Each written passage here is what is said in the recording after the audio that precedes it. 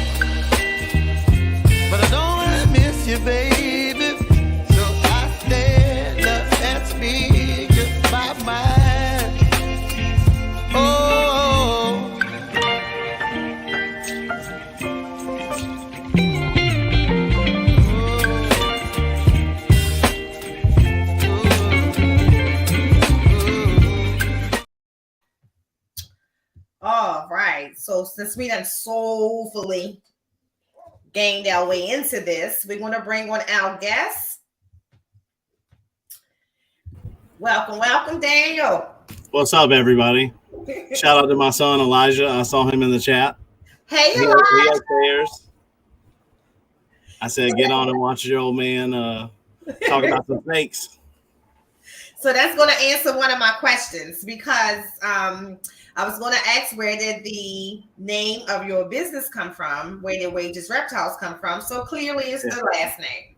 Yeah, I'm not creative at all. Don't worry, I'm not either. Yeah, I just I got stuck on some things, and I was like, we just going with this. No, that's awesome. So how did you get into reptiles? So, and when I say how did you get into it, I know most of us started playing with them at a very young age, but when did you really get into the point where you realized, oh my God, this is a part of my life? Yeah, well, I've always loved animals. I had iguanas growing up, dogs, cats, fish.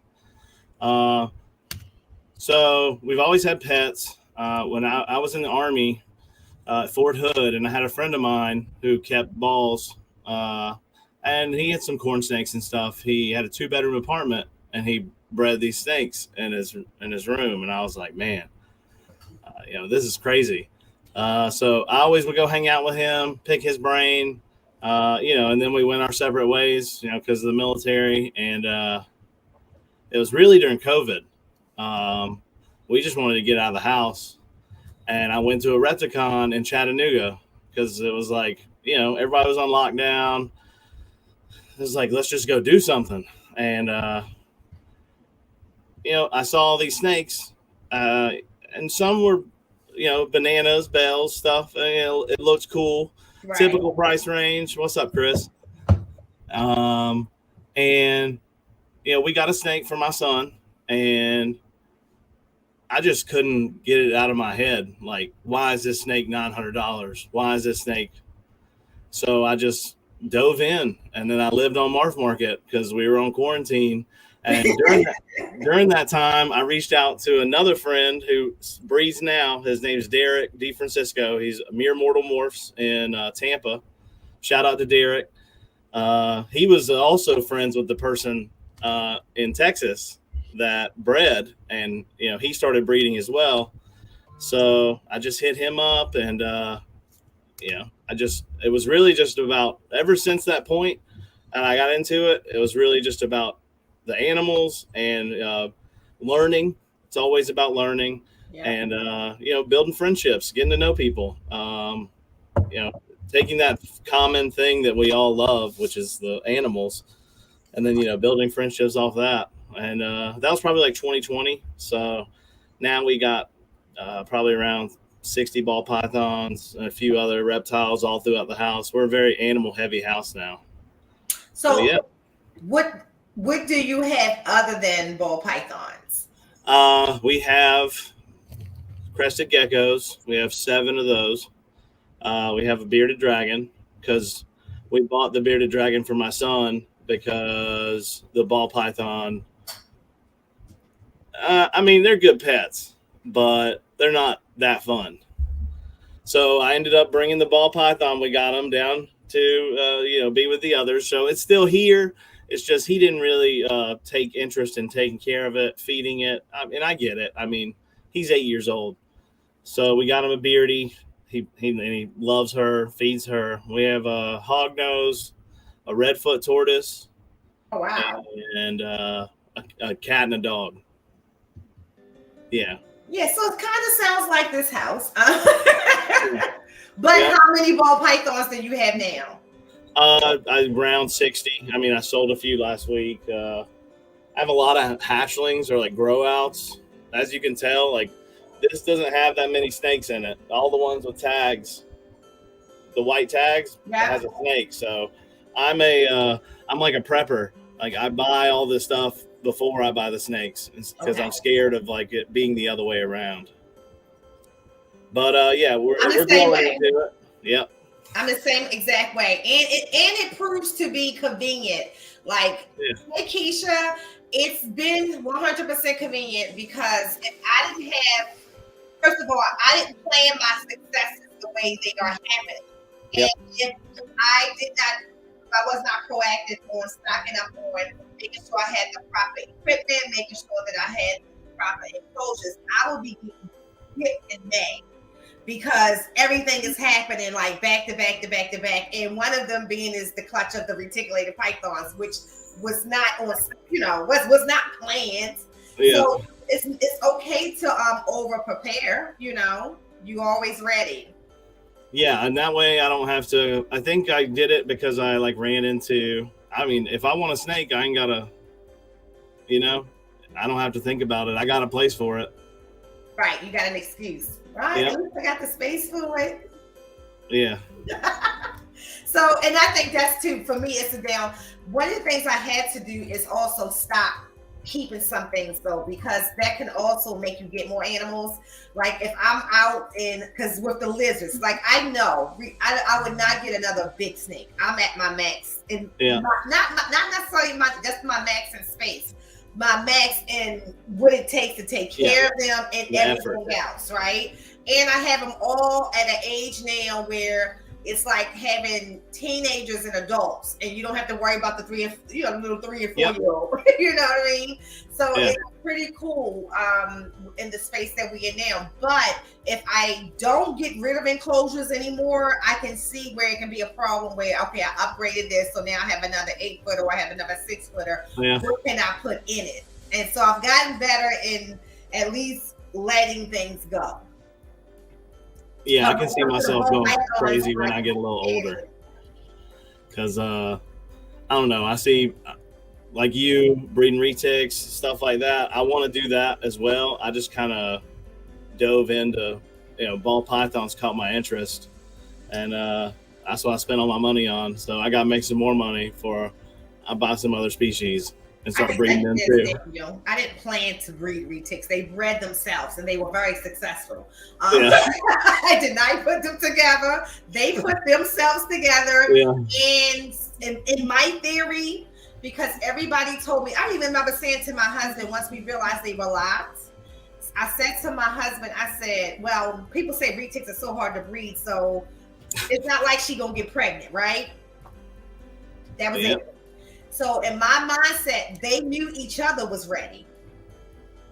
And they did what they needed to do naturally. And she had one of the most successful pregnancies a retic could have. And she laid all healthy eggs. So I don't think, and I would love to breed retic. That was my initial thought process when I first got them. But just like once you raise them up, and the way that I treat mine, if everybody can't treat them that way, I don't want people to have them. And I don't think I know enough people who can treat them that way. You know what I mean? I agree. So for you though, how many ball pythons do you have like total now, do you think? I got 6. I'll just look. It's probably around 60. It's like 58, 60, something like that. I picked one up this past weekend from Josh because he was selling some adult breeders. Let's see what I got. And this is your 3rd or 4th year? Oh, this is my 2nd. Your 2nd? Wait a minute. Okay, so this is your 2nd year. Yeah, I'm still a noob. We got to go back to the ball blue experience because this is your 2nd year. You just did this is my 2nd year. I had my first successful clutches last year. Got you. Okay, so your 2nd year breeding. Yeah. So it kind of I bought the ball python in 2020 for my son, and then it kind of just snowballed. Gotcha. And now we're here. So I had 4 clutches last year, and I kind of only had 4 clutches last year because some people pointed me in the right direction. Robbie, Redhead Reptiles, he helped me out, and then KG and D hooked me up with shout out to KG, a male that I needed to kind of jumpstart my mistakes, because I had just been buying snakes because they look cool, and so this. I kind of used some cheat codes, aka money, to get me a little bit ahead of where I would have been if I would have just stuck with what I had. And this will be my 2023 will be my 2nd year of having clutches of ball pythons. All right, and so we were talking about the relationship building, And like I was sharing with you, like some of the people that I definitely wanted to be in my mentor corner coming into this. And you know, jokingly talked about the people and the person that you actually wanted to be in your corner. And we were talking about the importance of that. So can you kind of go into details, like who is that person? Why did you choose that person? And then the importance that you think for other people coming in their first breeding seasons, or just coming into this to make those relationships as well. Yeah, for sure. Well, first, both of them are in here, so appreciate y'all showing up. Keisha, I reached out to her probably like 2 years ago, something like that, just saying, hey, I saw she was in Atlanta. So that made, I mean, there's breeders in Georgia, but there ain't that many breeders in Atlanta. Gotcha. Yeah, that's right. My wife did force snakes on me. She didn't make this happen though. That summer he did say that. He said he couldn't do any of this without you. Yeah, for sure. But you know, I just pinged Keisha, and I was breeding rats, and I had I still breed rats, but I just had extra rats, and I was like, hey, if you need any rats, let me know. So we started meeting, talking, texting each other, hanging out, and now, at that time I lived in Decatur. Now I live like 10 minutes from Keisha, so she's right down the road. If I need anything, she'll come through for me, and vice versa. So, you know, it's just nice to have somebody that close. And then, like I was saying earlier, I'd tell Bob I wanted a snake and go down to his house and hang out with him and Chris. And, you know, because they're always busy, and I could help, or I could just sit there and talk because, you know, they're usually talking anyway. I just was a part of the conversation. And, you know, eventually I just became friends with Keisha, and I became friends with Bob. And I mean, I could hang out with Bob and we couldn't talk about snakes the whole time. Yeah.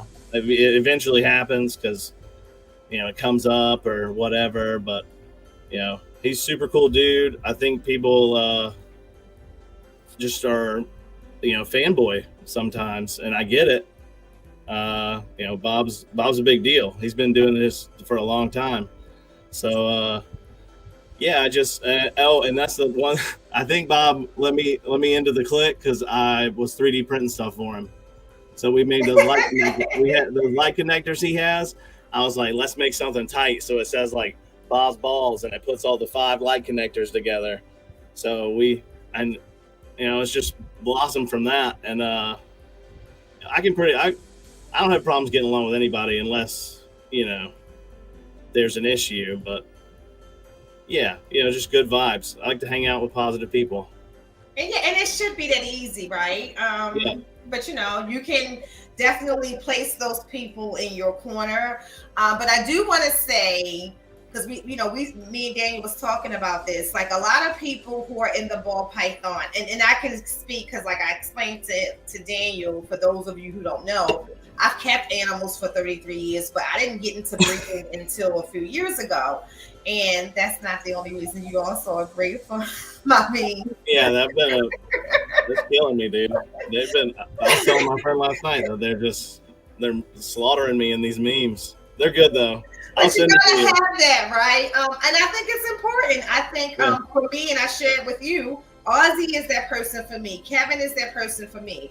I'm grateful though, because a lot of people can get big headed, and Bob is far from that. I actually, one of my favorite experiences with Bob, and I don't know if Bob even remember, was in October 10th, or maybe it was March 10th, but he had on these short shorts.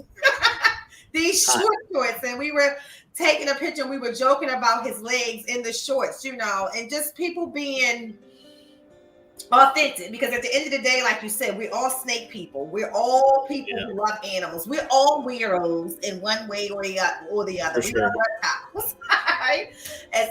So I think that if we could just find, and I can say this, even in this community, I would say the person, because there's only one person I can think of that I find that it's just not for me.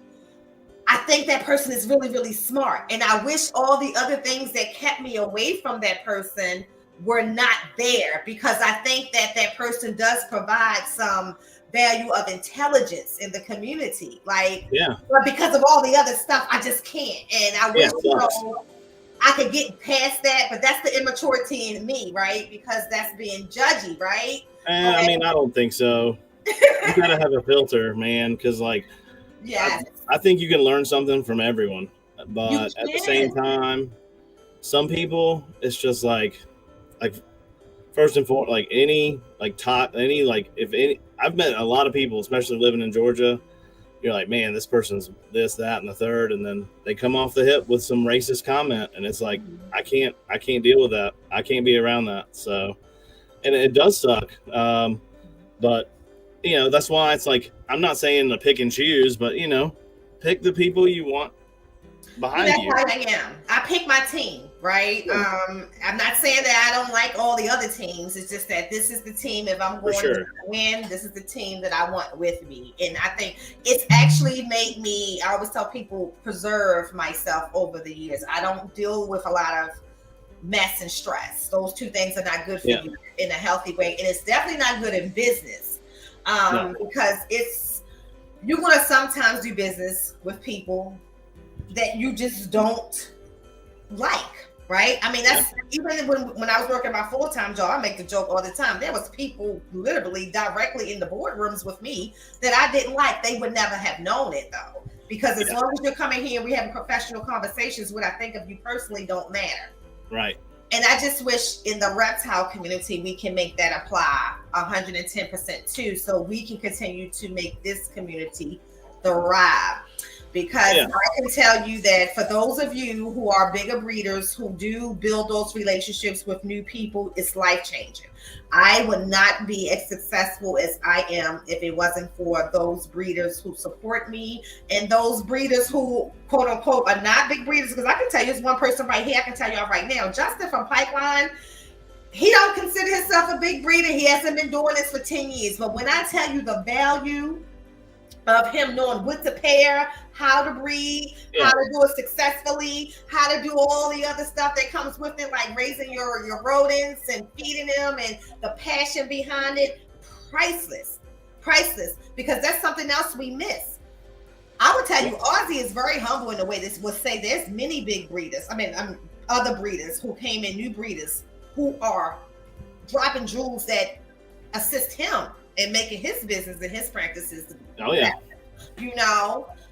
So we have to just kind of remember that, like, how I found you. Like I said, it's just literally on Instagram, and if something catches my eye, it catches my eye. So when I see people, families, children, snakes, normally I'm all into your pictures. Like, I mean, the snakes are wonderful, but when I see your children, you sharing that passion to your children, it kind of intrigues me to you more. And that's actually what made me reach out to you. Of course, it was just like right now, you just have a warm and welcoming spirit.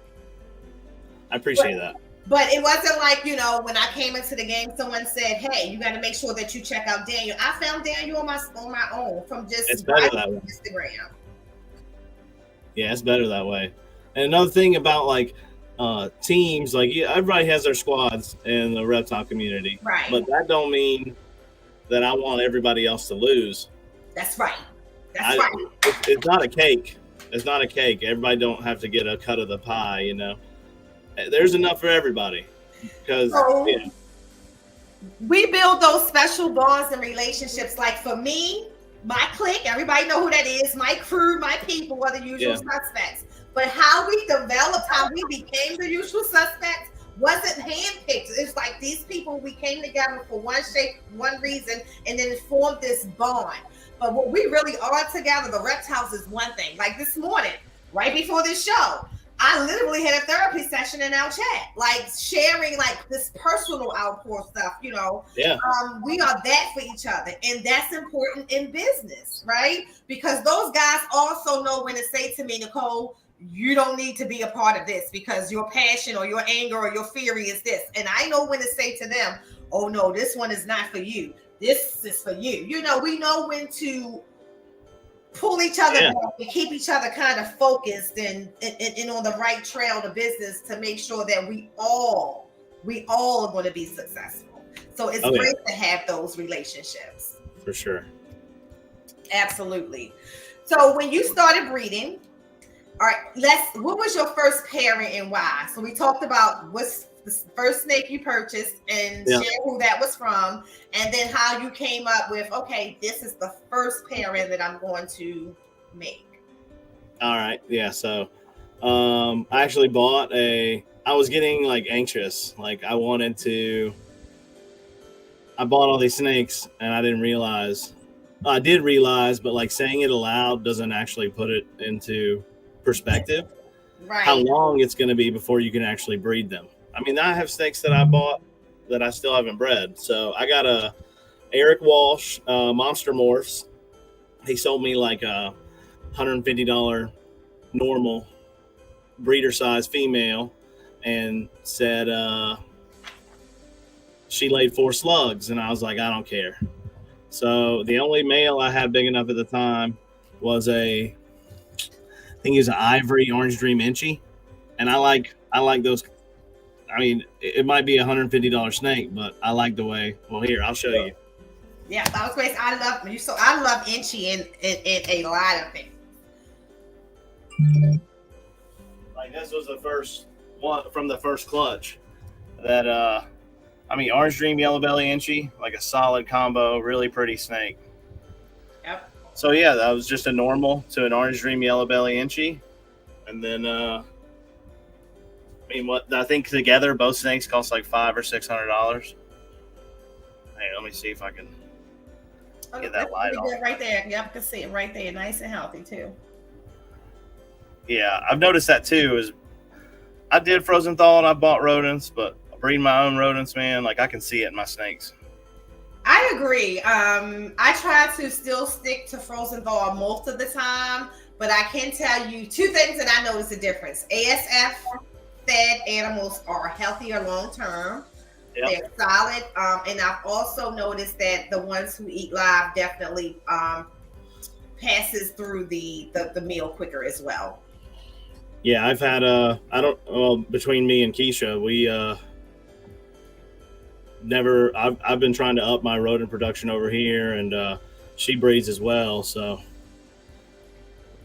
just when I've bought them too, but you know how it is when you buy a lot of rodents. It's like these things have been gnawing on potato for like 4 days. So I'm lucky being in the PA, the Maryland, PA area. We use our breeders. Just one of our breeders. Most of our breeders are solid, but the one that I use is solid. He always has what I want. He never raises prices throughout the pandemic. So if I do need to buy something in an overflow, he gives me quality, and he keeps in mind that I breed my own too. So he's not like one of them breeders that's going to only give you males. You know what I mean? He'll give you a male and a female. Yeah. Especially with the ASF, so you can continue your own colonies as well. Yeah, all we got is rats and mice down here. Right. Yeah. They but yeah, that was my first pairing. I didn't even know she had eggs. I just was I think I was like cleaning tubs and she was hissing and I was like, what's going on? Right. And boom, she had I think she laid 6 eggs for me, and they all came out fine. So just because a female lays slugs 1 year, it does suck. I'm not saying that's not a bad thing. It's just that doesn't mean they're going to lay slugs forever. So I prayed my first season that there would be no slugs. And I prayed my first season that all of the animals at least come out alive. Now, I understand things can happen after that, because I am still a big mushy mess over this breeding process, because I'm a pet owner and lover first, right? So far, solid. I mean, and not just have they been having such beautiful eggs so far. I just want my first season to be. Now, if I know I'm gonna get challenges, but let me be a little bit more seasoned when I get challenges.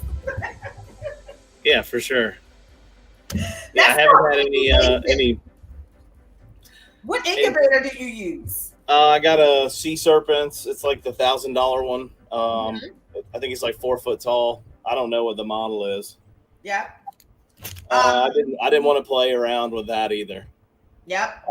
I know you can build your own. I mean, I Bob can't. has all his snakes, all his eggs in a closet at his house. Like, well, I I seen say it. that, but it's like it's built. Right. It was built for that. Right. So I just didn't want to like make one out of a cooler or anything like that. So, I mean, like I said, I threw money at doing infrastructure stuff before just like, I mean, I bought snakes too, but I made sure I had the stuff first. So just putting it out there. So I have the sea serpent and I have the Will Banks. So I was supposed to be, everybody keep laughing because I keep complaining about this. So you know how you go to the sea serpent, and again, this won't matter to probably some of you seasoned breeders, but to the new girl with her first sets of clutches, this matters. The sea serpent has the light on the outside. So let's say if it's pitch dark in your house, you go to the incubator and you want to see the eggs, and you can just flip that light on. Yep. The Will Banks is inside. Oh, so you have to open it to turn it on? Door. That was the greatest design flaw ever. Yeah, that's not something they would consider. Yeah, those ones. So I hope they fix that. Other than that, it's perfect. It definitely holds the tips better, I think, than the sea serpent. But when I tell you that, like, I'm just walking over there and I'm like, I cannot believe no one thought to put this light on the outside, or like have a way that you can turn it on from the outside. But I'm with you. For me, I wanted to make sure that if something happened in way of failure due to incubation, that I had no parts of it. Yep. I'm testing everything. I got sensor pushes. Like, I ain't playing. So just I got pushes inside the box. I have the thermostat with the hydrometer sitting on top of the box, and of course the thermostat as well. And then I have them on different levels, because that's really how you get to see how the incubator is really working, right? Yeah. What's going on inside the box, and then what does outside the box say? Yeah. Yeah, I don't. I got a UPS hooked up to my incubator. Like, so if the power goes out of my house, I got like an hour and a half to get home, and then run my power to my generator so that this thing don't shut off. The Powerator, where did that come from?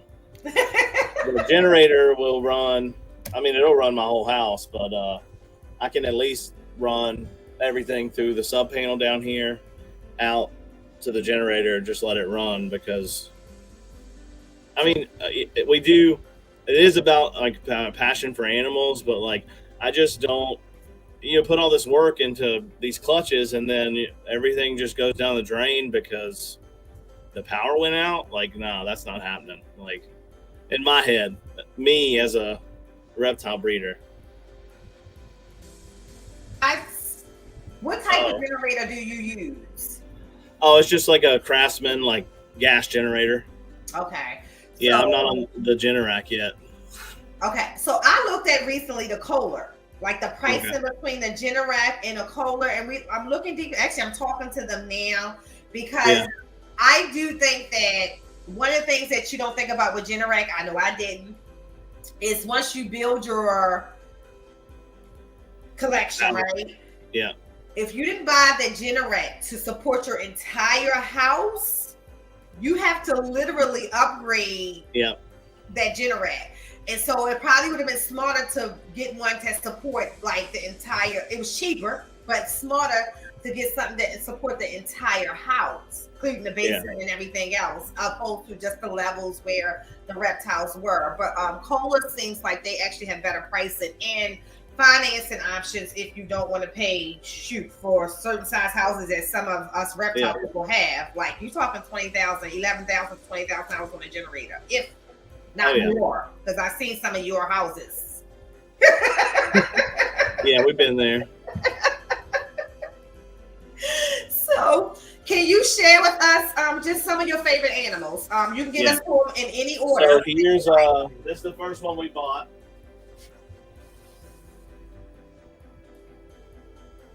We bought this for Elijah, who's in the chat. I'm sure y'all see him in the chat.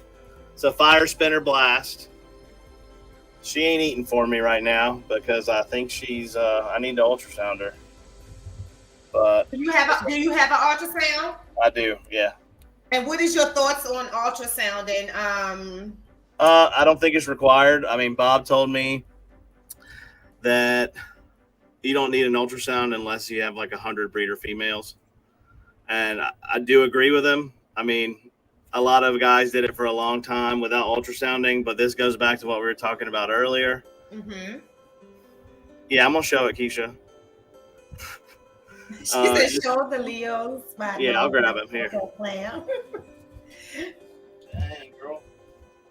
Yeah, so for me, I would agree now that, so for me as a person that being in my first season, I feel like the ultrasound confirmed what the body language was, and in some cases showed me that some females were ready before the body language. So I thought that was the plus for me. If I didn't have to ultrasound my first season, I would have missed pairings that actually happened because I would have assumed that the girl wasn't ready yet. Let me fix this light. That is beautiful. Look, even with the light. Good. So who did that come from? Oh my! I got it from I scooped it from Bob. He posted it on their Patreon, and I was like, let me get it. Oh, that is beautiful. Beautiful, beautiful. Leopard, spot nose, desert goat, het clown. Yeah, he's eating for me. He's beautiful. Oh, yeah, he's a banger. Okay, I love that. Yeah, so he's got some growing to do, but he's eating. He hasn't missed a meal since he got here. So about how big do you think he is? Let me get. How much he weigh? There you got everything on hand, y'all. So first of all, where's the numbers? Right here. He's 315. How much did it weigh? Right here. 315 grams. Awesome. Okay, look a little bigger than that. Okay. Yeah, I forget when I got him. Keisha remembers because I was like, you got to come over and see this. That's beautiful. I got let's keep going.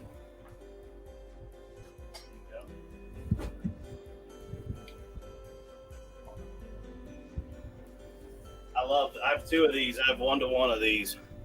This is the female. It's a banana, cypress, vanilla clown. Beautiful. And where did you get that one from? You can guess. Bob. Yeah.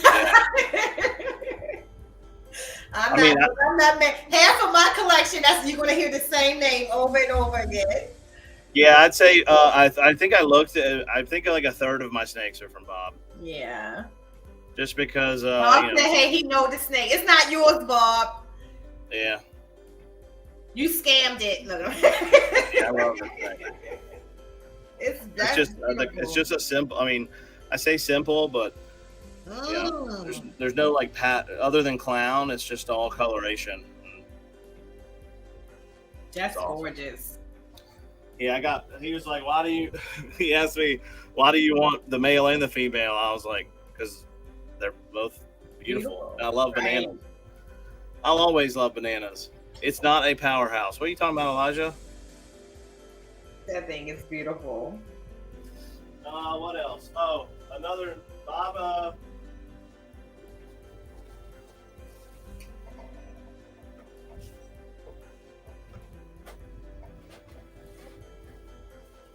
Bob didn't make this one, but it's got voodoo in it. Okay. So this is a black pastel pinstripe voodoo. I hatched this one. This is from my third clutch. Okay. But yes, het clown, het pied, female. So did you, when you did the show, did you take any of your own animals, or you just went to mentor the process? Both. I took I took probably like 6 or 7 animals just to try and clear out. Not that I need to, but just to clear out rack space, get rid of animals I wasn't going to use. Gotcha. So all the snakes I sold were like $50 to $100. He should say it's possible mahogany. Oh yeah, this is possible mahogany, but we'll see. Keisha's got one of the males from that same clutch too, so I'm gonna. That was just a pairing from the clown pod I got from Bomb Projects. But yeah, I love this snake. This is an exact clone of the mom. I'll grab her. Yeah, I have a few from D and KG too. We have just so many amazing breeders. Keisha being one of them, even though she be in the cut. Yeah, Keisha does it to me too, so it's all right. No, I was who introduced me? I think it was Reggie. Reggie is the first person I heard talk about Keisha, and I looked her up. It was just great to see, a female, respected like that, especially, her. Oh, yeah. You know what I mean? Knows her stuff. Yeah. Yeah, this is the mom, so. That's beautiful. Yeah, I didn't even know what voodoo was. I just saw the snake in Bob's rack, and I was like, I want it. I didn't want it for any. I didn't buy this snake for like any pairings or because of the genes. I just thought it was beautiful. Where are you going? So, are all your animals in your house, or is it a separate facility? Well, not necessarily. Oh, this is all in my basement. So, okay. Like, I'm right underneath my kitchen. See, yeah, if my husband just give up the man cave, he can get his whole second level back. I mean, I can put everything down there. Yeah. But he won't give it up. When we moved here, we built all this out. This dude is huge. This is that snake I got from KG and D. You said that's a male? Yeah, it's a male. It's a male clown pod. It was eating. It was definitely. I mean, he ate the day I picked him up from the airport. And if he doesn't, he didn't eat for like a month or two because I've been breeding him, but he started eating again. But geez, I think he's like 2,200 grams, maybe too big, huh? But he's eating again. Beautiful snake though. I think they said they named him. Stop eating, he be good. I think they named him Mario. That's what they said because he's got like a mustache. He's got like a mustache. See it right there. Yep. But I just, he's a killer. He's I had a lot of pairings with him last year and this year too. I'm expecting some eggs from some females from him. So how many clutches are you anticipating this year? Probably like 10. Let me look. 1, 2, 3. Thanks, folks. But definitely support US ARC and US ARC Florida. Yeah, around 10. I only have 10 feet, maybe 11, but I'd probably say 9 to 12, hopefully. So far, what would you say was your experience as far as the number of clutches? What is your game plan? Like, are you holding everything back? Is that your game plan? Or you're balancing? Like, I have a percentage that I know I want to hold back, but I still want to, have a percentage up for sale as well, whether it's the $150 snake or the $5,000. Well, I've been thinking about it a lot. I mean, yeah, I do love high-end boutique snakes, I guess you could call them, the 1,000 plus. Because me and Bob were talking, and we were doing some like sifting through Morph Market, and like there's just such like the high dollar ball pythons on Morph Market. It's such a small percentage of the actual number of snakes on Morph Market, and I'm gonna keep going with my recessives. Mm-hmm. I'm obviously into those, but I really don't mind making banana stuff or like making blue-eyed Lucy's, and like because going to do these shows with Bob, like there's something about just being an advocate for these animals, and people come over and they're genuinely interested, right? And like being able to explain to them that there's not really anything to be afraid of. I don't want to just be the guy that has $5,000 snakes at his table. I want somebody to be able to come over to my table and see cool banana combo or something like that, and be okay with, because my first snake was like $250. Mm-hmm.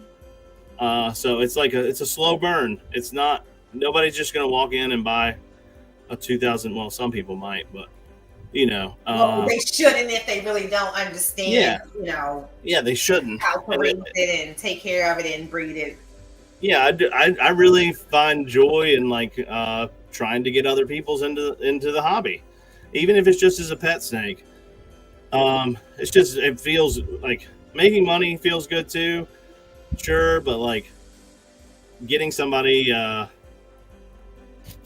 kid or like a young adult to, purchase a snake, and then 5 years down the road they might be start breeding. So that's all it is. And that's the only way our hobby is going to sustain. Like we have to continue to bring in that new person, that young adult, that child learning about, because that's where our passions flourish. These are years and years and years of loving on these animals, and then we bred them.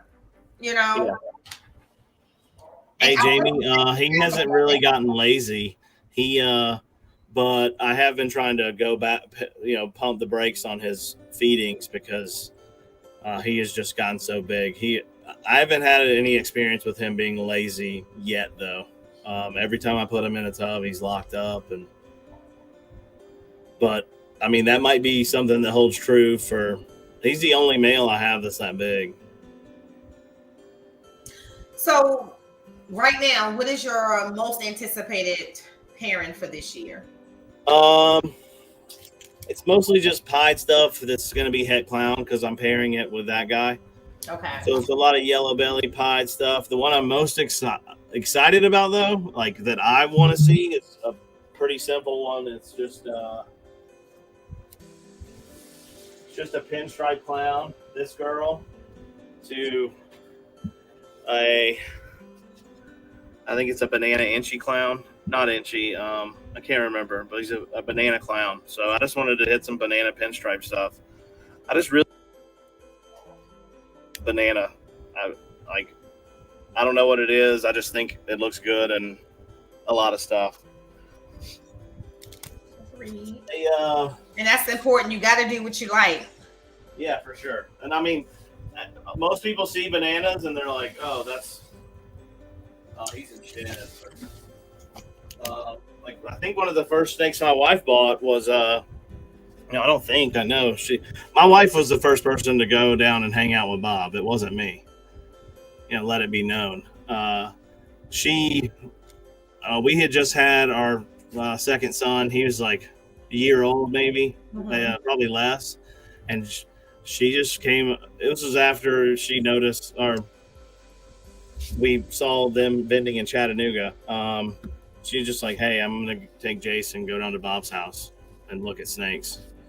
And then, and I was like, "Oh, okay." So I was like, if you're going down there, I looked on Bob's Morph Market and I was like, "Get me." I was like, "Pick this snake up for me," just because I was like, me and Summer have always been like this. It's like, if she got the new Apple Watch, I got to get the new Apple Watch. If she got a new phone, it's always been stuff like that. So she went down there and hung out with Bob and came back, and I was just like, I've also noticed this too. It's like, unfortunately, people have to protect themselves in the reptile industry because you can't just invite everybody over to your house, right? Amen. And people need to understand that. Like, people question, like I've heard it, well, he lets this one come and this. Lord, people, like something you talked about it. Sometimes you can just click with people and get it and understand that we are the same people. My husband doesn't let anybody come in his house, and like even before all of the animals, right? I mean, even when we had a smaller collection, but now definitely. And the reason being is that you have to be conscious of it. Not that you don't want to trust people, but the reality of it is sometimes people can innocently set you up.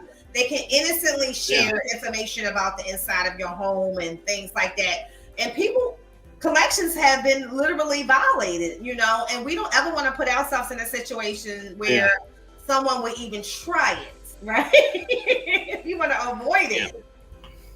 Yeah, I just I didn't quite understand that at first, because I just wanted to, like I said, I reached out to Keisha. I've reached out to other breeders that live in Georgia because I want to be friends. I don't think like, but there was one breeder who sold out actually. I wanted to buy a snake from him, and I was like, hey man, like I can just come over and like, cause I wanted to see how he did things. That's all. I mean, it was genuine and innocent, and then it took me, like my wife had to explain it to me, like, you know, some people just, there's weird dudes and weird chicks like that just want to come over and then talk your ear off or like, you know. So I was like, okay, I totally get it now. And then the other part is that you kind of restrict of what can come into your collection too. So let's say, for instance, if you had a mite infestation, I don't ever want to feel like, you know, somebody else brought it in or anything like that. Or if somebody else experienced that, I don't want them to ever question where, you know, if they got it from my home or anything like that. Like, I just like to keep my animals separate. Even when it comes to my retics, for example, I don't take all of them out in the public. Certain ones will never just be able to be touched by other people. And it's just because there's a value perception behind some of these animals, you know, and there's other ones that I'm not saying that they are less valuable, but the fact of is if something does happen, they're much easier to manage through that process because of personality or something like that. Yeah.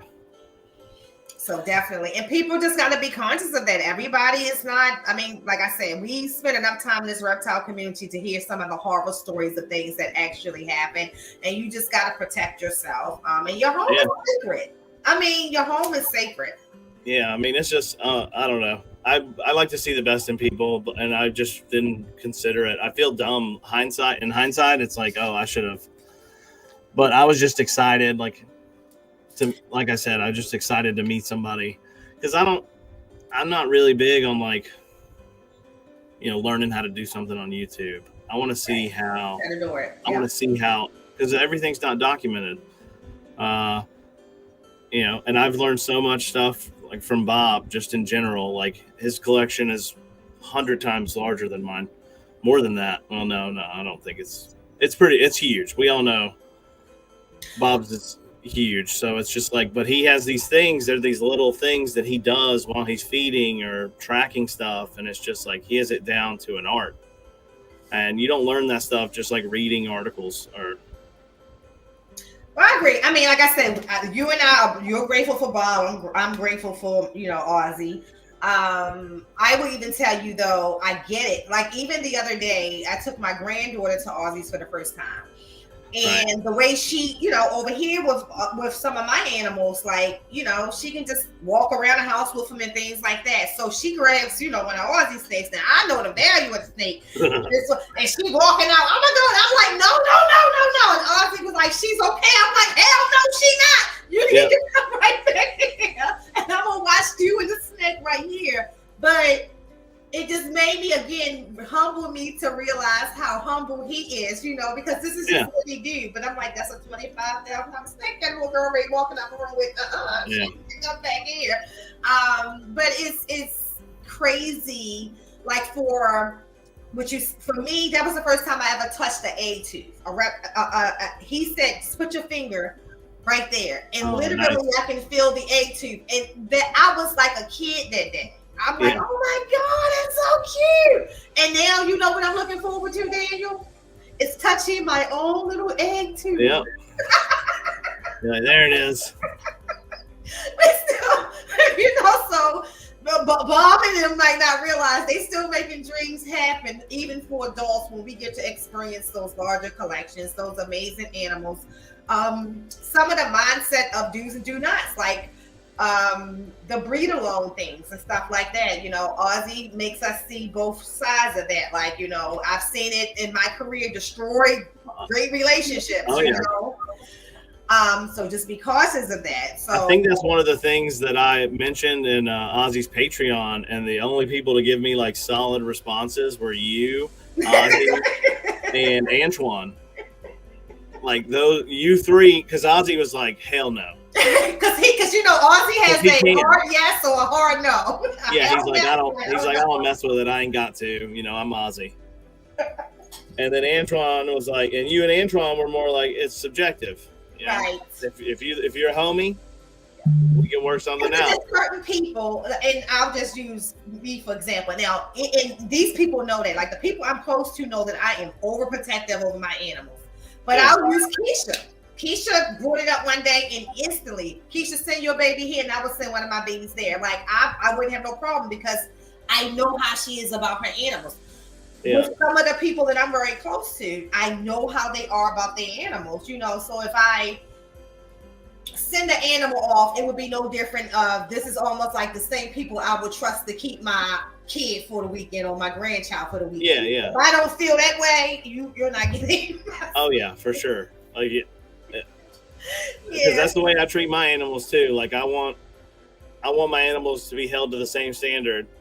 So I have no problem with one of my snakes going to Keisha's. And I mean, Keisha her incubator was full last season, and she put a clutch of hers over here in my incubator because I didn't have anything in it. I only had, I have a huge incubator, but which is her trusting, you as well. You know what I mean? Because it's like that's a lot. Like I'm giving you a whole 8-10 eggs to put in this incubator, and I have to trust you with that. Oh, the funny thing is like I wasn't really.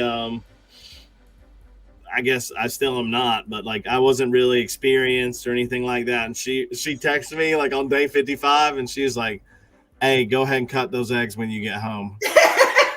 And I was like, okay. And I was nervous because they're not mine, but everything was fine. Right. And, but if you approve, I'll go ahead and do that. Right. She's like, go ahead and cut them. Let me know what's in there. Even with good intentions, like, and we joke about this all the time. I don't ever want to have the responsibility of somebody's $25,000 snake, even if it's not my fault. Something happened, I would still feel burdened that something happened under my care. So if you want to send me a $2,500 snake, that might be different for me, or vice versa. But I think when you're getting to like those big breeder loans, I don't care who you are, you might want to sign some type of papers because we're talking, these are still investments. These animals are still investments. So just like we look at the money that we put in Robinhood, we got to look at the money that we put into our snakes. And we're going to make a type of transactions like that, that has to be documented because there's no legal recourse otherwise. And I can't speak for everybody on the chat. I don't just have 25 G's and just say, hey, go blue. Yeah, me neither. I'll read it for you. Go ahead and blow that 25. No, I don't see that at all. How are your children so first of all, you have younger children, right?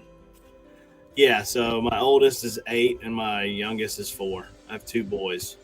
Now, how do you think they are going to be with the breeding process? Do you think they'll be involved, or you think they're going to be like, I don't want nothing to do with this? So I don't really think Elijah, he loves it, okay? Like, if I have a clutch, he wants to see the babies. Like, he's into it, but the, pairings, it's a little like, he doesn't even know what the birds and the bees are yet. Right, Elijah? But I just don't, and it doesn't have to be. Like, that's not my game plan, is to, force my hobby, side business, whatever, onto my children. If they don't want to, that's not. But I did. Bob had hatched some Cresties when we were out, and he took them to Dallas to sell, and he ended up just letting me have I didn't know that Cresties could breed like rats. I didn't know you could do like 1 to 4, 1 to 5. We learned that recently. I think Candy was talking about that with the bearded dragons and flawless crested geckos. Flawless was talking about. So I just grabbed like 6 of them from him, and I'm gonna grow those out. And I think that's something he could wrap his head around a little more easily. And he loves all the animals. Like, there's no doubting it. He's the reason. Him and my wife are the reason we're where we're at today. So Do you think you ever want to do it full time? Like, let's say in a perfect scenario. I know asking anybody that today might frighten the hell out of them. But so I'm in a pretty weird predicament.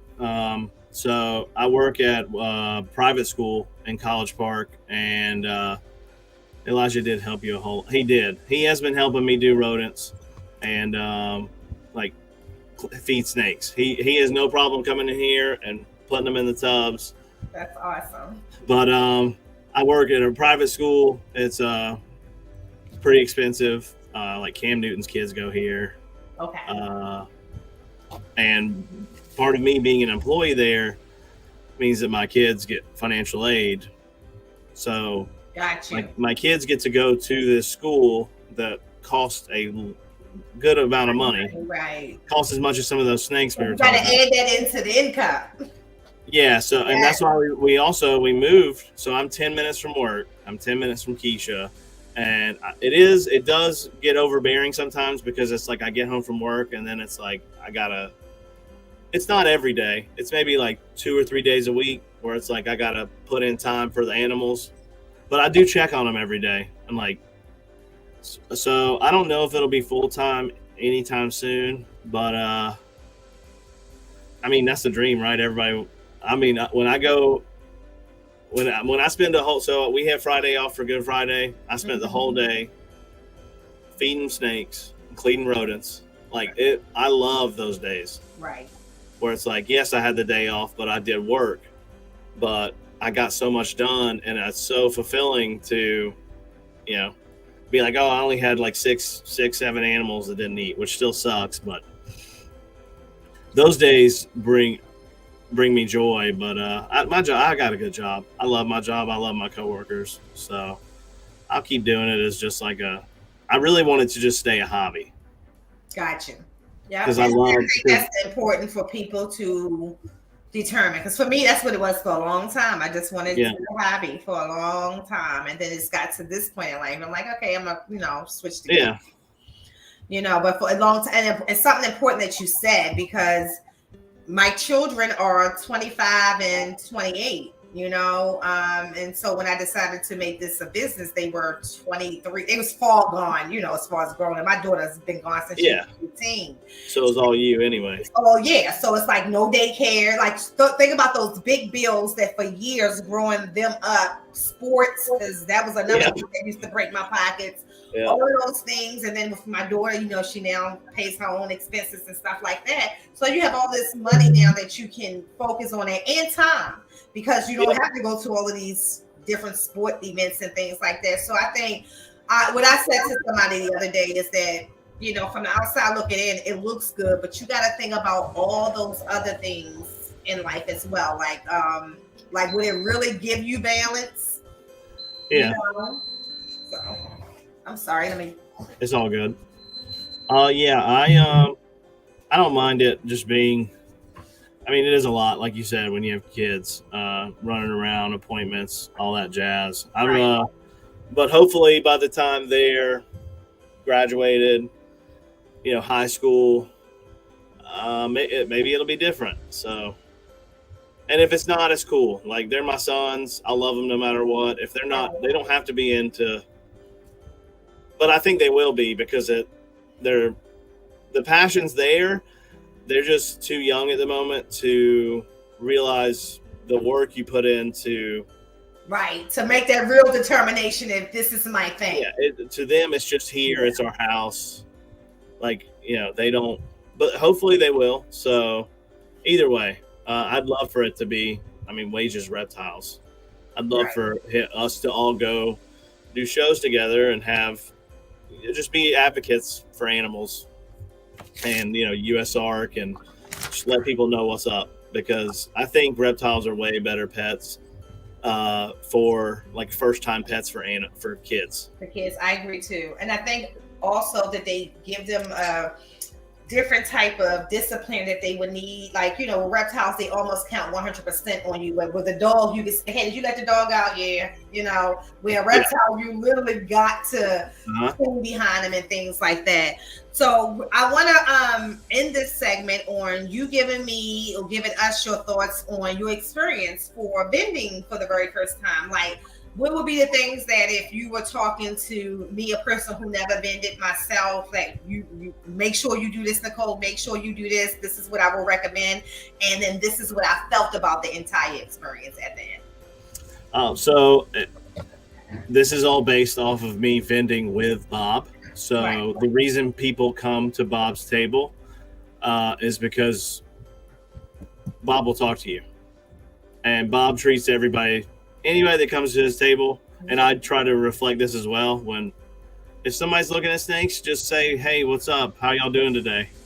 A lot of problems at shows is that people will sit there and they'll bring their camper chairs and they'll put their snakes out, and then they'll sit and just sit on their phone. And if somebody has a question or wants to look at a snake, they'll help them. But Bob told the lady at the show, he's like, I don't want any chairs. We don't sit down.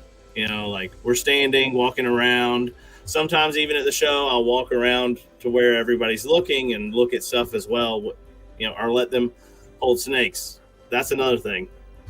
Let people hold animals. I know it's annoying, but that's what ticks. Like, that's the thing, that when somebody holds that animal, like a kid comes by every 5 minutes and asks to hold a snake. Like, it's just part of the show. But Bob just has like a clean setup, and his presentation, all that stuff factors into it. But the thing that I think matters the most is being personable, and just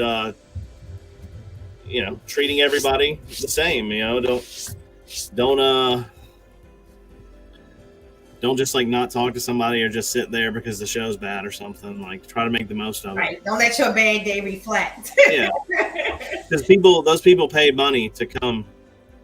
Even if they don't buy a snake from you, like, you're representing all of us. Right. That's true. And it's for a lot of people, that's their first time experience, and that may be the lasting impression that they had. Yeah. I also think that Bob has one of the most attracting displays, like far as his actual presentation. And it attracts children. I think it attracts kids. If I'm a child and I don't know anything about snakes, I'm going to want to go over to Bob's table. Yeah, it's the DBZ logo. I mean, that's the start of it. That's what gets people to come over there. What I was just saying, Bob has a huge 18-foot banner. It's got a big Dragon Ball Z character. Right. Kids love anime. So all that stuff does play into it, but I think just being personable really goes a long way when, dealing with people. And obviously, like NARBC and Repticon and Reptilian Nation, like, they're completely different shows.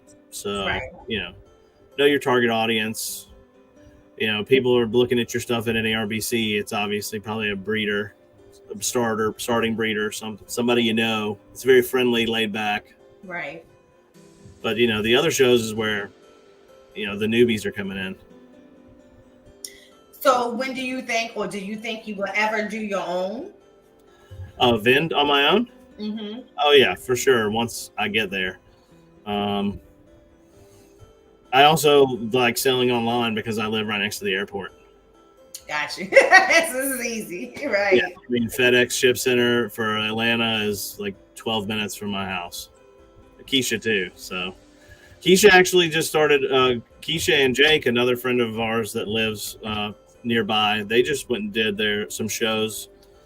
And I mean, from what I heard, Keisha did well. But we're all like new.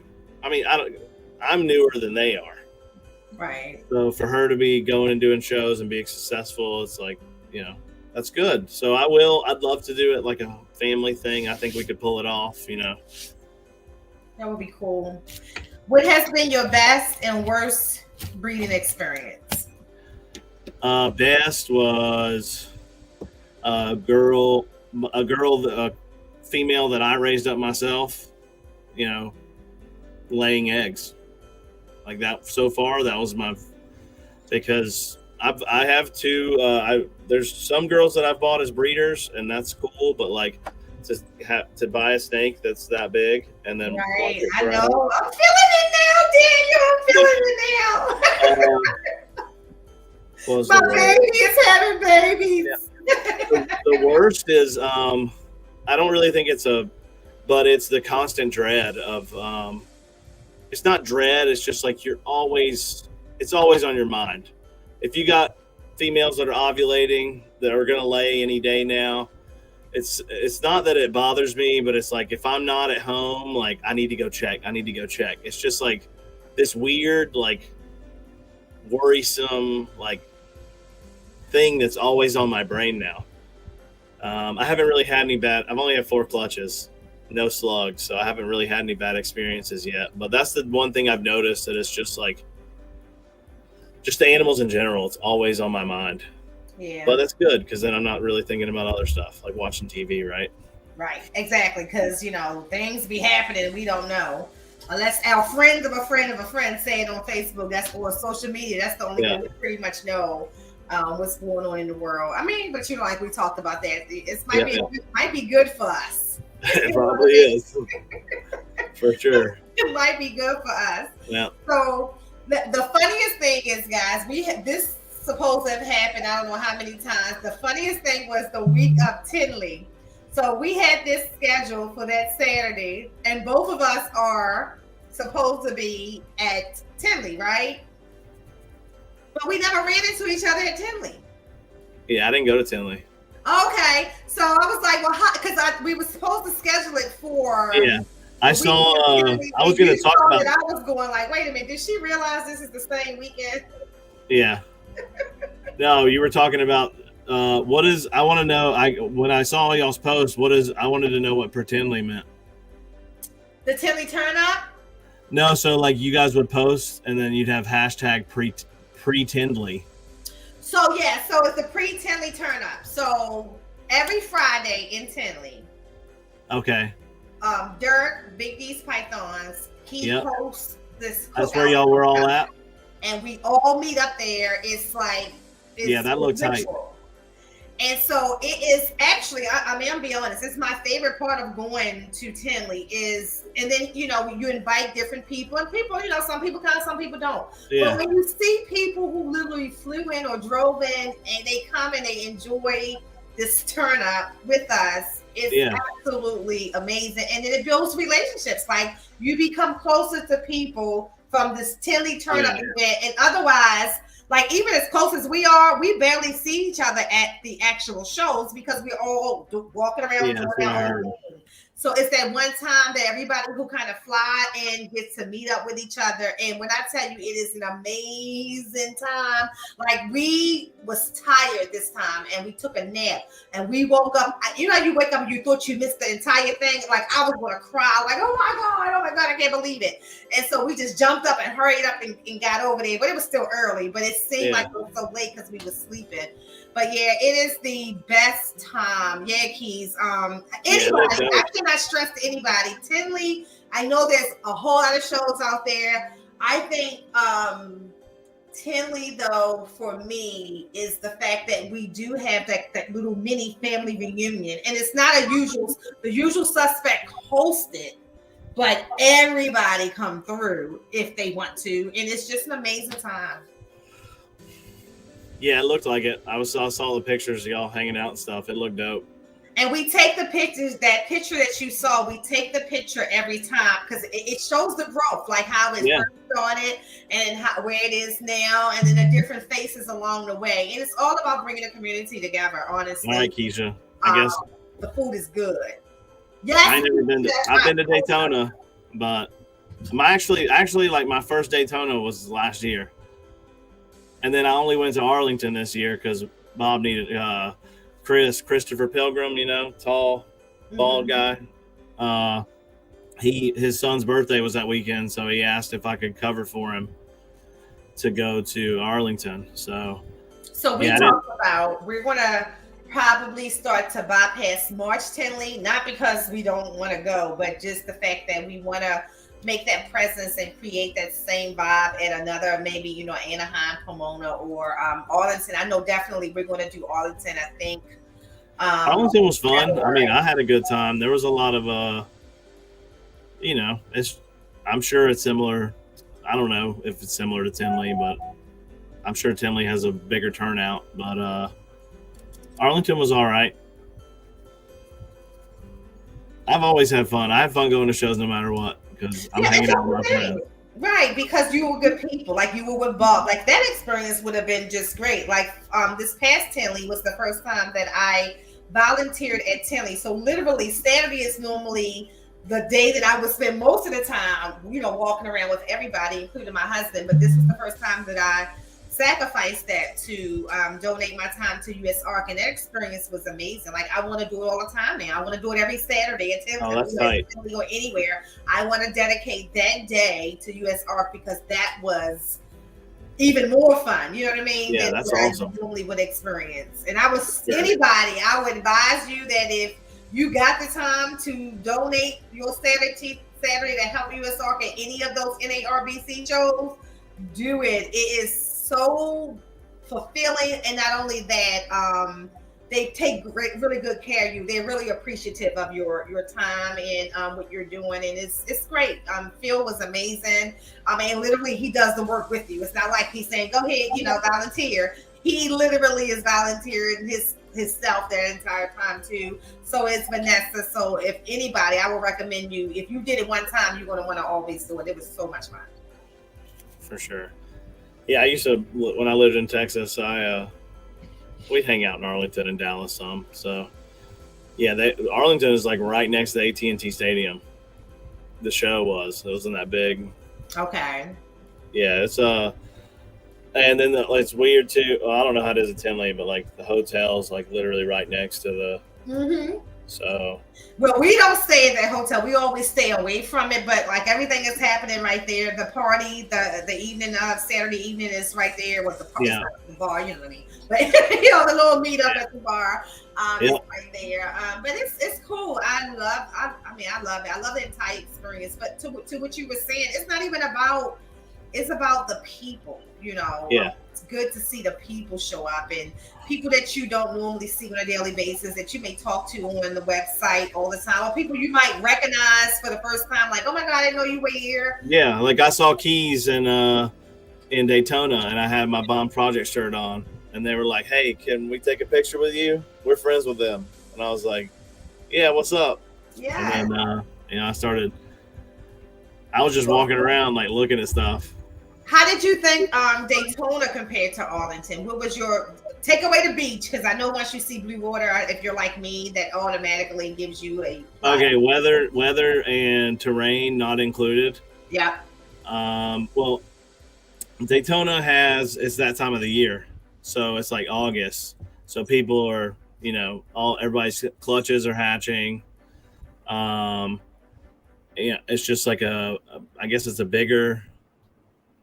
It's not really bigger, but it's it's not, I don't know, I forget the name of it. Isn't it like, it's not NARBC, the one that's in Daytona.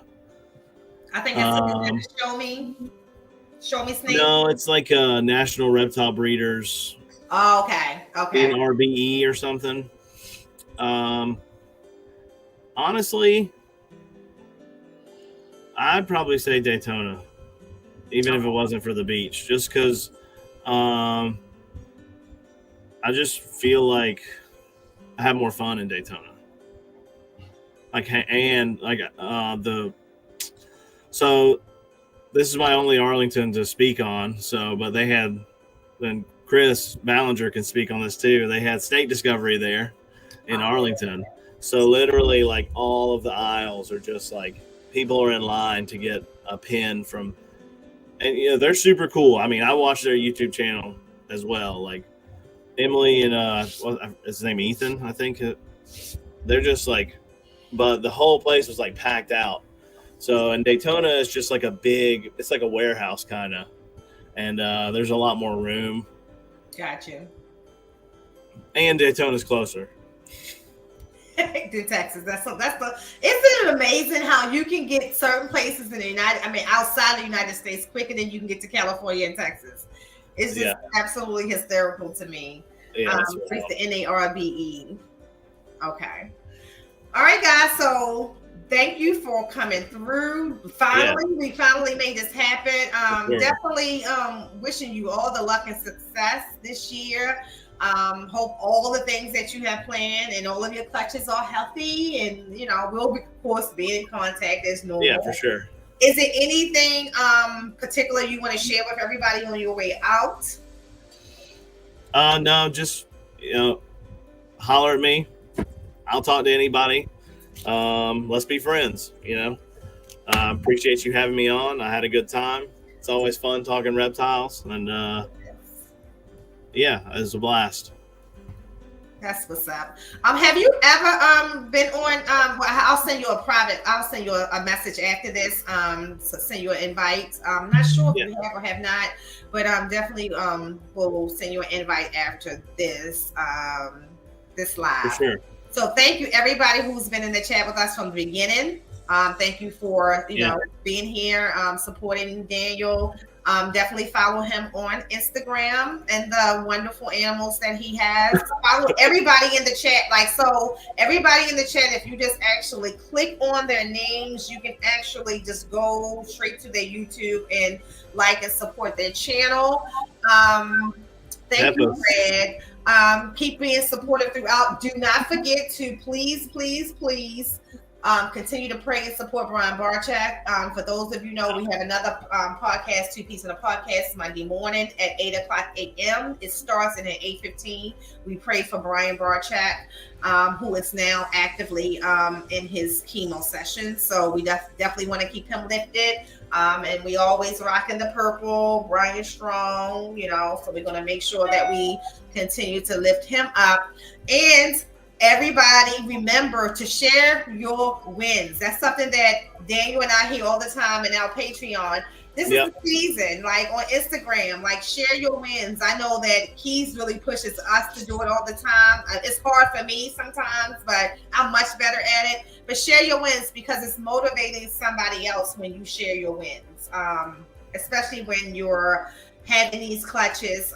If there are challenges, sometimes it's good to share those too. One of the things that I've learned, and I know that Daniel, you heard this too, is leaving the egg-bound females alone, and how successful that is for some people, So you learn different things just being involved in different communities, but sometimes it's, the experience being the best teacher is what helped us get through some of these challenges that we may have with these clutches. I'm just so happy that I have so many solid people. And like I told Daniel, one of the reasons why I do this podcast is that I truly believe what I've learned from interviewing people more experienced than myself in the breeding side over the last 2 years is literally prepared me for where I am today, and the success that I've had so far. And when I do have my challenges, I am ready for them. So we are all important to each other. Sophisticated ignorance tonight. Yes. So everybody, Wiz Constrictors, who is probably another. I talked about Justin from Pipeline earlier. There's so many quote unquote not big breeders who are amazing and intelligent in what they do, and you can learn so much just by sitting back. And if you want a nice relaxed conversation, it's always chill over at Will's Constrictors on Sophisticated Ignorance, where we talk ball pythons. He brings on the people that just sit there and talk that good intelligent ball python genetics with you. If you're looking to learn something, about people processes and their successes and their failures, tonight at 10 p.m. Sophisticated Ignorance. Yeah, I like that time slot. 10 p.m. when the kids are asleep. It's perfect. Oh my goodness. And look, I actually stay up the entire time. Fridays are hard because hair down comes after Mondays. We're doing this, y'all. Y'all know. Hey, I love it. We're constant Monday, Tuesday, Wednesday, Thursday, Friday. But for somehow Saturday, Sophisticated Ignorance, I think because I can get everything done during the day, and then at 10 o'clock is when I get to tap in. It's amazing. Yep. So join y'all. Yeah, that's what's up. And if you're I'll be looking there to for sure. join the chat or whatever, reach out to Wiz Constrictors. Again, everybody I roll with, they're open. Nobody is afraid to be too successful. Yeah, I mean that's why I'm here, and that's why I'm friends with all y'all, and I watch all y'all stuff because of that. And that's why, even with you, like I said, reaching out to people and just your response, like it's been a whole fun conversation every time we chat. And that's what it should be, because we all the same people. And I appreciate everybody, but I'm telling you, I learned so much from so many people in this hobby. And I think that I wouldn't be where I am if it wasn't for a lot of you guys, and that means everybody. Like I don't have to talk to you every day. I don't have to bang with you to pick up a chip from you. You know what I mean? A chip of knowledge. Yep. So I really thank you guys for just being amazing in this community. And we just got to keep doing it. So until then, me and Daniel want to say peace to everybody. Peace out. We'll see y'all later on today. Oh, don't let me forget. 4:00 p.m. We got Kent. Can y'all please go? And Kent, you better be doing all the talking for all of these messages I got overnight. You better be putting all that energy into this podcast today. God dang it. So please, 4:00. What time is it? We got an hour and a half. Go check out Kent on his channel, Craft Brew Morphology. Oh, bet. Yeah, I follow him. I just didn't know his first name. I'll be there. All right. See y'all later. All right, y'all. Thanks again. Bye.